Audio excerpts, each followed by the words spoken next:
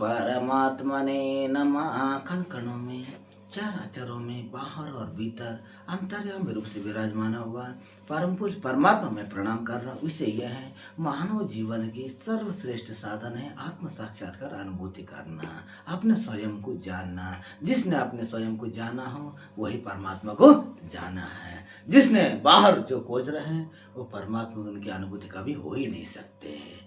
इसलिए आत्म साक्षात्कार के बाद मानव जीवन की सर्व उच्च कोटि साधन है। जब आत्मज्ञान और आत्म साक्षात्कार होने के बाद फिर कोई अन्य साधन कोई आवश्यकता नहीं है। और इसके में आत्म साक्षात्कार पहले मनुष्य की किस प्रकार गतिविधि होता है, फिर ज्ञान के बाद किस प्रकार समझ लेता है, उस मार्ग में जाता है। इसी के अंतर्गत हम निद्रा क्या है, समाधि क्या है और मृत्यु क्या है का इससे भी आगे है परमात्मा। इस विषय पर हम चर्चा करेंगे। ओम श्री परमात्मने नमः। पहले हम देखेंगे आत्म साक्षात्कार क्या है। आत्म साक्षात्कार मैं बार बार बता रहा हूँ, मनुष्य जीवन की सर्वश्रेष्ठ साधन आत्म साक्षात्कार और बहुत गहन गंभीर विषय है। और उसके आत्म साक्षात्कार मानव जीवन के सर्वश्रेष्ठ साधन है, क्योंकि इसके द्वार मनुष्य देह मन मत अहंकार से परा अपने स्वरूप को आत्मा को प्रत्यक्ष अनुभव करता है, केवल विचार से नहीं। आत्मज्ञान माने केवल विचार से नहीं, स्वयं अनुभूति, प्रत्यक्ष अनुभूति के नाम में आत्म साक्षात्कार है। कौन सी? प्रत्यक्ष अनुभूति। और आत्म साक्षात्कार पहले कैसे होता? आत्म साक्षात्कार पूर्व मनुष्य की पहचान 3 स्तर तक सीमित रहता है। आत्म साक्षात्कार पहले मनुष्य को पहचान और 3 स्तर पर रहता है। कैसे?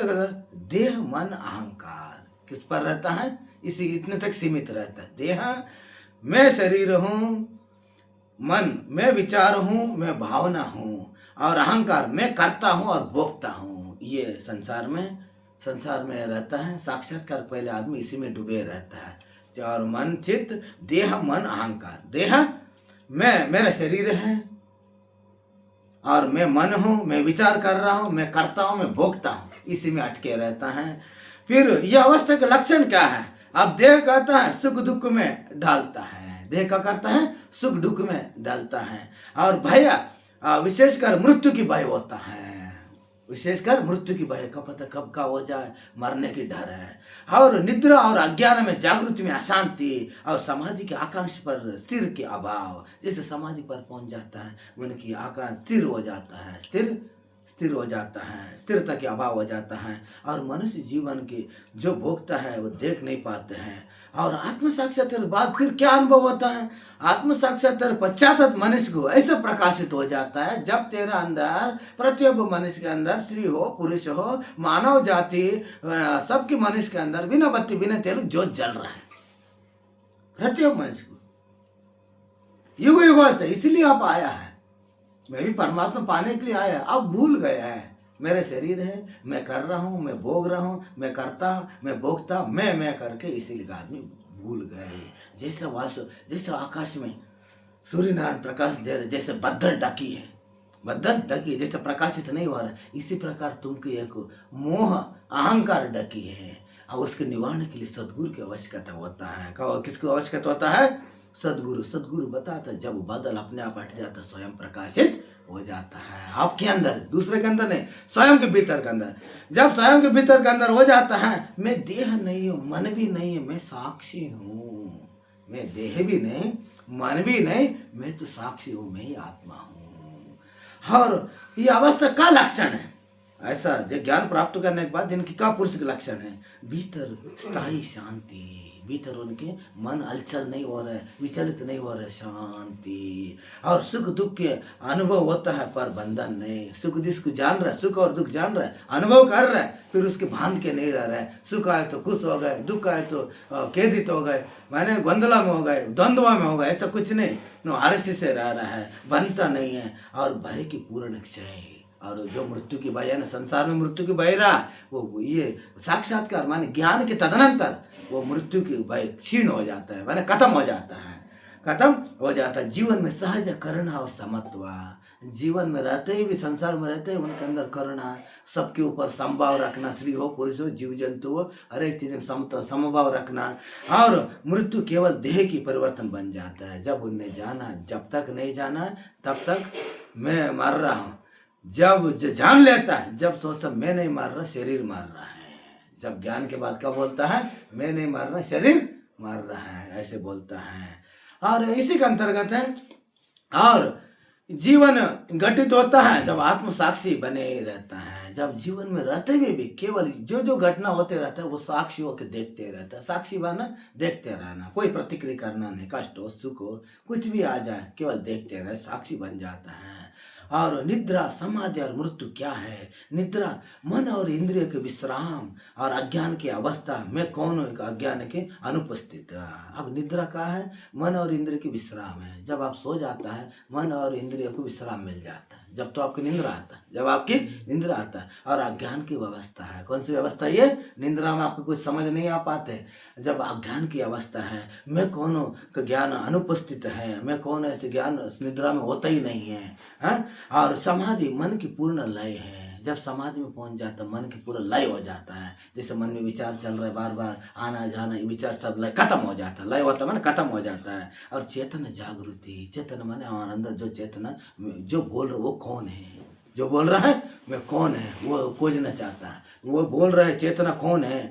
और द्वैतों के लेप, द्वैत माने हमने बताया दो, मैं अलग है, जो परमात्मा आराधना कर रहा है परमात्मा अलग है, भक्त अलग है, भगत अलग है, और भक्त अलग है, परमात्मा अलग है, साधक अलग है और सिद्धि अलग है, और मैं अलग हूँ, परमात्मा अलग हूँ। जो द्वैत है वो खत्म हो जाता है, लेप मन हट जाता है। हटने के बाद जिसको तुम मैं खोजते रहो वो मैं ही हूँ, जिसको मैं परमात्मा को बाहर मंदिरों में, मठों में, तीर्थों में खोजते रहा वो मेरी स्वरूप है, वो मेरे खोज रहा, जब उन ज्ञान हो जाता है। और इसके बाद निद्रा अचेतन शांति है, और समाधि सचेतन शांति है। और मृत्यु केवल स्थूल देह की त्याग है। मृत्यु केवल स्थूल देह, जो शरीर बनी है पंच इंद्रिय से, पंच ज्ञान से, ये केवल शरीर को मृत्यु होता है। और अज्ञान ना जन्म, आत्मा ना जन्म लेता है ना मरता है। मृत्यु को भाई अज्ञान से उत्पन्न होता है। मृत्यु के डर अज्ञान कारण होता है। जब वो पुरुष जान लेता मैं मरने वाले नहीं, मैं तो अजर अमर हूँ, केवल शरीर नष्ट होता है। इसलिए गीता में श्री कृष्ण भी यही बात बताए हैं, जो व्यक्ति जैसे कपड़ा बदलता है, जैसे कपड़ा वस्त्र बदलता है, इसी प्रकार ये शरीर बार बार बदलते रहता है। आत्मा तो अमर है, आत्मा तो अमर है, ना वो मिटता है, वो अमर शाश्वत हमेशा अचल रहने वाली है। केवल ये शरीर बदलते रहता है। शरीर जैसा हम कपड़ा बदलता है ना, आज काला पहना, पीला पहना, भगवा पहना, इसी प्रकार शरीर बदलता है। लेकिन तुम्हारा जो लक्ष्य है, तुम परमात्मा पाना चाह रहे लक्ष्य है, तुम्हारे अंदर जो परमपिता परमात्मा, वो कभी बदलता नहीं है। शरीर बदलता है, परमात्मा बदलता नहीं है। ऐसे व्यवस्था हो जाता है। होने के बाद फिर उनका ज्ञान हो जाता है। और इससे परा कैसे हुआ है? निद्रा समाधि, निद्रा समाधि मृत्यु, इससे परा, परा माने हटके कैसा हुआ है? आत्म साक्षात्कार मार्ग में निद्रा समाधि और मृत्यु तीनों से परा हो जाता है। जब आत्म साक्षात्कार हो जाता है, ये तीनों से परा हो जाता है। परा माने अलग हो जाता है, निद्रा से भी अलग। फिर निद्रा मारा जो मूर्ति निद्रा नहीं करते, निद्रा करता है लेकिन जागृत रहता है। इसलिए गोरखनाथ जी कहता है ना, गोरखनाथ जी क्या कहता है? लोटा बा फोटा बा सोया बा नहीं, चलता फिरता तकता नहीं, बोला बा चला बा भूला बा नहीं, देखा बा और खाया बा पिया बा अपरता नहीं। गोरखनाथ जी कथन है। जो योगी होता है, जो ज्ञानी पुरुष होता है, जो साक्षात्कार पुरुष होता है, लोटपोट करता जरूर है, सोता नहीं है, खाता पीता जरूर है, अपर के खाता नहीं है, चलता फिरता जरूर है, तकता नहीं है, और लोटपोट करता है, अब बोलचाल करता जरूर, कभी भूलता नहीं है। गोरखनाथ जी कहता ना सत्य है। ये कब होता है? ज्ञान होने के बाद की लक्षण है ये। कि कब की बात है? ज्ञान होने के बाद ये लक्षण हो जाता है। तकता भी नहीं, अपर के खाता भी नहीं, ज्यादा जम के सोता भी नहीं, हमेशा जागृत रहता है, हमेशा जागृत रहता है। और मुख्य अनुसंधान, मुख्य ये परा होने की तीन सीढ़ियाँ हैं। मुख्य अनुसंधान मान में आत्मविचार करना, मैं कौन हूँ, निरंतर साक्षी भाव, मैं कौन हूँ, ऐसा प्रश्न पूछना नहीं है। तुम्हारे पंचेंद्रिय को केवल देखते रहो, ज्ञानेंद्रिय कर्मेंद्र की देखते रहो क्या कर रहा है, और मन चित्त अहंकार को देखते रहो। देखना शुरू कर दो, साक्षी बन जाओ। तुम्हारी मार्ग में कौन उत्तर अपने आप मिल जाता है। अपने आप तुम पहले मत जान मैं साक्षी हूँ। साक्षी तुमने देखा नहीं, जाना नहीं, अनुभव किया नहीं, तुमने पोथी से पढ़ लिया नहीं, अनुभूति करो, स्वयं की अनुभूति। जब तुम कोसते रहो, तुम मन चित्त अहंकार उसमें निरीक्षण करने लग जाओ, तुम स्वयं प्रश्न उत्पन्न होता मैं कौन, उत्तर भी तुम्हारा तत्काल मिल जाता है, तत्काल मिल जाता है खोजने पहले। इसी प्रकार साक्षी भाव का अभ्यास, साक्षी भाव कैसे प्रकार अभ्यास करने चाहिए, विचार भावना देह को देखना, उससे जोड़ना नहीं, केवल देखते रहना। कहीं एक आदमी जगह में बैठो, घर बैठो, खेत में रहो, हिमालय में बैठो और नदी किनारे बैठो, बैठने के बाद केवल निरीक्षण करो, कुछ प्रतिक्रिया मत करो। विचार इधर कर रहा है, इधर से घर जाना विचार कर रहा है, नहीं घर ने अभी महात्मा पास बैठा है, उसको बार बार कंट्रोल करो। महात्मा पास बैठा, अभी तुम्हारे काम नहीं, महाराज कथा होगी तभी हम जाएंगे, उसको समझाओ। जब तक वो इंद्रियों की जब तक तुम गुलाम बने तब तक ही है तुम संसारी है। जब इंद्रिय के मालिक तुम हो जाता है, फिर तुम्हारी मार्ग परमात्मा का रास्ता अपने आप खुल जाता है, अपने आप खुल जाता है, हाँ खुल जाता है। फिर ऐसे इसके बाद जब वो साक्षी रहो, देखते रहो, अहंकार का विसर्जन। जिस प्रकार तुम चित्त का कार्य उसको देखना शुरू कर दिया, अहंकार अपने आप गल जाता है। अहंकार कोई दिखाता नहीं है, केवल हम चित्त को निरीक्षण उसको देखना पड़ता है। जिस प्रकार तुम देखते रहे, अहंकार अपने आप लय हो जाता है, कब हो जाता है, खत्म हो जाता है। और इस प्रकार और निरंतर जागृति निरंतर जागृति माने हमेशा चेतनता रहना। उन्हें पता है मेरे शरीर नहीं, चित्त नहीं, मन नहीं, अहंकार, वो हमेशा जागे रहता है, फिर भी सोया रहता है। लग रहा है संसार का आदमी सोया है, लेकिन वो हमेशा जागा है। सब आदमी सोया है। सब श्री कृष्ण बता रहे कहा अर्जुन से, ये सभ्य साची नहीं कहा इनसे, निद्र जीतने वाले अर्जुन, निद्र जीतने वाले गुड़केशा कहा ये गुड़केशा माने निद्र की जीतने वाले। अब निद्र की जीतने वाले ऐसे नहीं रात्र भर जाएगी दिन भर से, ऐसे नहीं, माने जब तक निंद्रा नहीं आ रहा है, जब तक चिंतन करना है अपने स्वयं चिंतन। जब निंद्रा आ रहा है फिर भी चिंतन करते रहना है।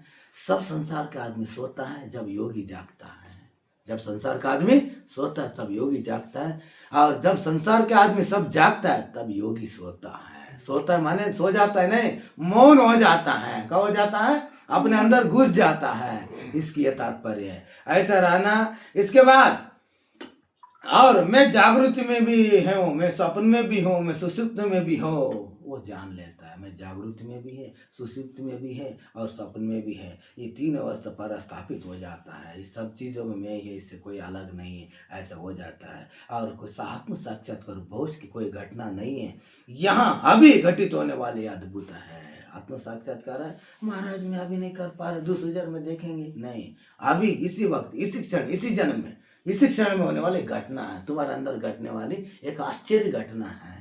जब मेरे चाहिए कभी होने वाले नहीं है, वो चाहिए वो खत्म हो जाता है, तुम्हारे साथ हो जाता है। आत्म साक्षात्कार बाद निद्रा विश्राम हो जाता है, समाधि स्वभाव हो जाता है, और मृत्यु पर परिवर्तन हो जाता है। मृत्यु पर परिवर्तन हो जाता है। तो मृत्यु कहता है मैं आपको ले जाऊँ तो तैयार है, ले जाऊँ, मेरा कुछ होने वाले नहीं। वो मृत्यु डरने लग जाता है। ज्ञान के तदनंतर महात्मा से मृत्यु डरने लग जाता है, क्यों? उनने सत्य को जान लिया है। जब तक हम डर रहे हैं, संसार में डर रहा है, फिर संसार से बाहर उठ जाता है। जब वो हो जाता है ये इसके होने के बाद साक्षात्कार तदनंतर ये पुरुष की जब ज्ञान प्राप्त हो जाता है, होने के बाद मृत्यु भाई स्वागत करता है। वो क्या करता है?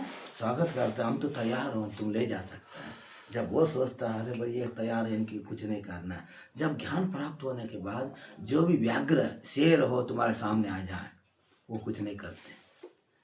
दुष्ट जानवर भी आपके पास आ जाए, वो कुछ नहीं करते। उनकी स्मृति रहता है ऐसे महापुरुषों को मैं क्यों करूं, हाँ, उनके भी करुणा जाग जाता है। दुष्ट जीव भी करुणा अंदर आ जाता है, आके छोड़ देता है। साक्षात्कार पुरुष बोलते, ज्ञानी पुरुष, भैया तुम खा लो नहीं खा लो, मेरे का खाना, भूख लगे तो खा लो, कोई सर्प भी आ गए तो मेरे घस लो, मेरे कोई नुकसान नहीं। नुकसान तुम की जब साक्षात्कार पुरुष चलता है, संसार के नुकसान होता है। किसकी होता है? आगे आने वाले है। जैसे बुद्ध को जहर दे दिया, बुद्ध का कर दिया, जहर दे दिया। उन्हें पता तो मेरे जहर दे रहे, जहर खा रहे हैं, खाने के बाद हंसी खुशी स्वीकार किया, नुकसान तुमको होगा। किसकी हो गए? संसार को नुकसान हो गए। जब कोई साक्षात्कार पुरुष रहता है, चलता है फिरता है, उस गांव में रहता है, निवास करता है, चलता फिरता है, वो गांव के अंदर की ऊर्जा, उधर आने वाले की ऊर्जा, उस गांव में चलता फिरता ऊर्जा बने रहता है। वो वायुमंडल में व्याप्त हो जाता है। जिस प्रकार जाता है, जिस प्रकार वायु शुद्ध करता है। जैसे कोई एक जीव जंतु मरा हो, उधर जा रहा है, मेघ आ रहा है, बसा रहा है, जैसा पवन चलता है वो मेघ को दूर हटाता है, इसी प्रकार साक्षात्कार पुरुष, ज्ञानी पुरुष जहाँ जहाँ जाता है अपने शीतल आवाज से, शीतल विचार से सबको शुद्ध करते जाते रहता है। वो साक्षात पुरुष कहीं भी जिंदा रहा तो उन्हीं से हम मुक्त पुरुष कहता है, उन्हीं से हम स्थिति प्रज्ञ कहता है, उन्हीं से हम अवधूत कहता है, उन्हीं से हम योगी कहता है, उन्हीं से हम ब्रह्म ज्ञानी कहता है। आज कितने ओम श्री परमात्मा ने